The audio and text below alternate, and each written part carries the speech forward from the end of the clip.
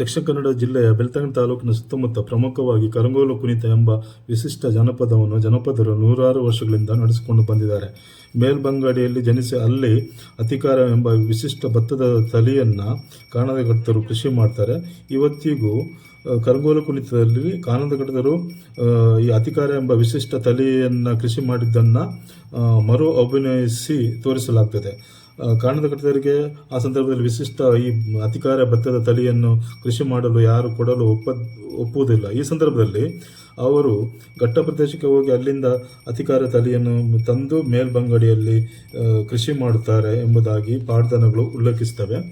ಕಾಣದಘಟ್ಟರು ಮೇಲ್ಬಂಗಡಿಯಲ್ಲಿ ಭತ್ತದ ಕೃಷಿ ಮಾಡಿದ ಈ ಸಾಧನೆಯನ್ನು ಮತ್ತು ಅವರಿಗೆ ಅತಿಕಾರ ತಳಿಯನ್ನು ಸ್ಥಳೀಯರು ಕೊಡಲು ಒಪ್ಪದಿರುವ ಕ್ರಮವನ್ನು ಪ್ರಶ್ನಿಸುವ ಒಂದು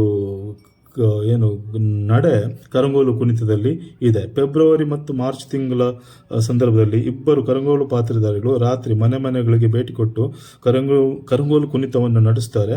ಕೊನೆಯಲ್ಲಿ ಮನೆಯವರು ಭತ್ತ, ಅಕ್ಕಿ ಮುಂತಾದಗಳನ್ನು ಕರಂಗೋಲು ಪಾತ್ರಧಾರಿಗಳಿಗೆ ಕೊಡುವ ಕ್ರಮ ಇದೆ.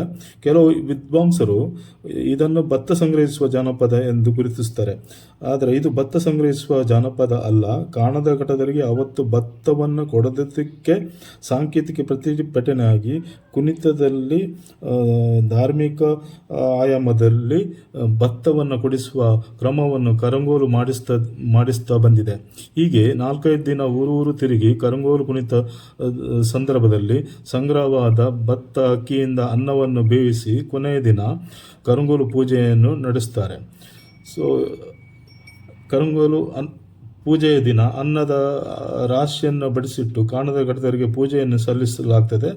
ಅಲ್ಲಿಗೆ ಆ ವರ್ಷದ ಕರಂಗೋಲು ಕುಣಿತ ಮತ್ತು ಯಾತ್ರೆ ಮತ್ತು ಕರಂಗೋಲು ಪೂಜೆ ಕೊನೆಗೊಳ್ಳುತ್ತದೆ. ಈ ಮೂಲಕ ಒಂದು ವಿಶಿಷ್ಟ ಕರಂಗೋಲು ಕುಣಿತ ಮತ್ತು ಕರಂಗೋಲು ಪೂಜೆ ಕಾಣದಘಟ್ಟರ ಜೀವನ ಚರಿತ್ರೆಯನ್ನು ಮರು ಅಭಿನಯಿಸುವ ಕೆಲಸವನ್ನು ಮಾಡಿಕೊಂಡು ಬಂದಿದೆ. ಆದರೆ ಜನಪದರು, ವಿದ್ವಾಂಸರು ಇದನ್ನು ಕೇವಲ ಒಂದು ಭತ್ತವನ್ನು ಸಂಗ್ರಹಿಸುವ ಅಥವಾ ಕೃಷಿಗೆ ಸಂಬಂಧಪಟ್ಟ ಅಥವಾ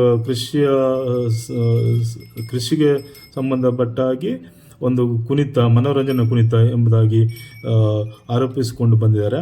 ಇದು ಬರೀ ಜಾನಪದ ಅಥವಾ ಭತ್ತಕ್ಕೆ ಸಂಬಂಧಪಟ್ಟ ಜಾನಪದ ಮಾತ್ರ ಅಲ್ಲ.